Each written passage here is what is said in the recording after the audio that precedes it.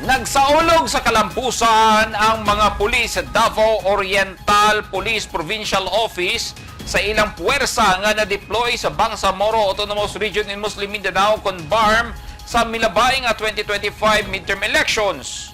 Nag-Boodle fight ang mga pulis human sa gihimong debriefing kanila. Kabahin sila sa nagpatuman sa seguridad sa piniliay sa BARMM diin ang uban kanila nagsilbi nga special electoral boards. Gisaluhan sila ni Police Colonel Julius Silaga ng Provincial Director sa PNP Davao Oriental. Ang salusalo sa mga pulis nagsimbolo sa panaghiusa, pagpasalamat sa Kalampusan sa ilang responsibilidad na nagbantay sa mga botante.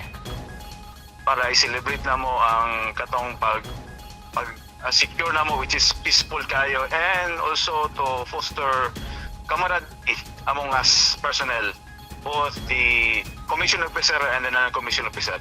So muna mo ang activity po pa every time na may ako mga event nga ginabuhat. So Boodle fight gina-celebrate na mo na siya. From the ORIENTAL gipadala dito sa BARMM 90. Diyan na palang sa the ORIENTAL ang deploy is nasa mga 777.